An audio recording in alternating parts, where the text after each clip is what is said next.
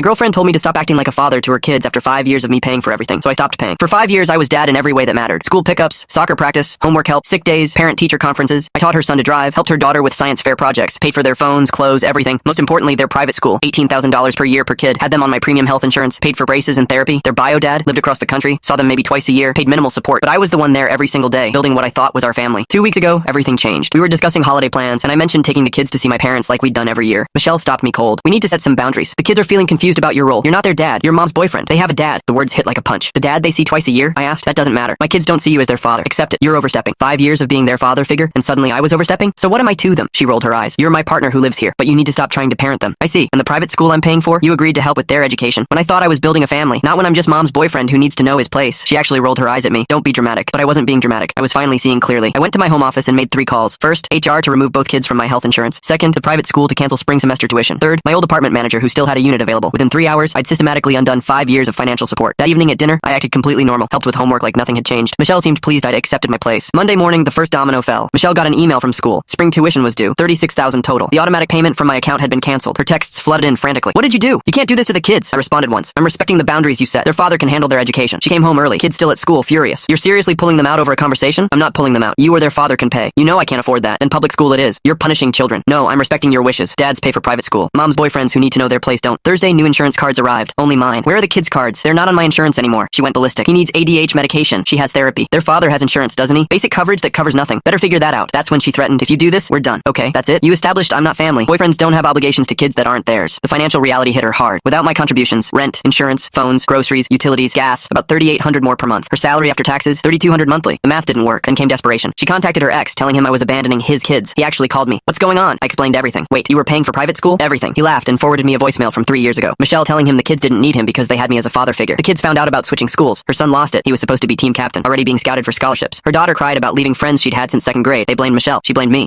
Michelle had to move to a smaller apartment in a worse neighborhood. Both kids struggled in public school. One night, the daughter showed up at my door with a suitcase. Mom says you're not my dad, but you're the only dad I've known. Can I stay? I called Michelle immediately. Come get her. You made it clear I'm not her parent. The girl cried. Why can't I stay with dad? Michelle snapped. He's not your dad. He's more dad than Garrett ever was. But I held firm. Boundaries, right? Ran into Michelle at a coffee shop last week. She looked exhausted. Older. The kids miss you. I miss you. We could try again. No. You loved those kids. Past tense. You made sure of that when you told me they weren't mine to love as a father. I made a mistake. You made a choice. Live with it. She texted that night. You destroyed our family. I replied, there was no our family. There was your family, and I was just your boyfriend who needed to know his place. I know my place now. Then I blocked her. Sometimes you don't realize what you have until it's gone. And sometimes by then, it's too late.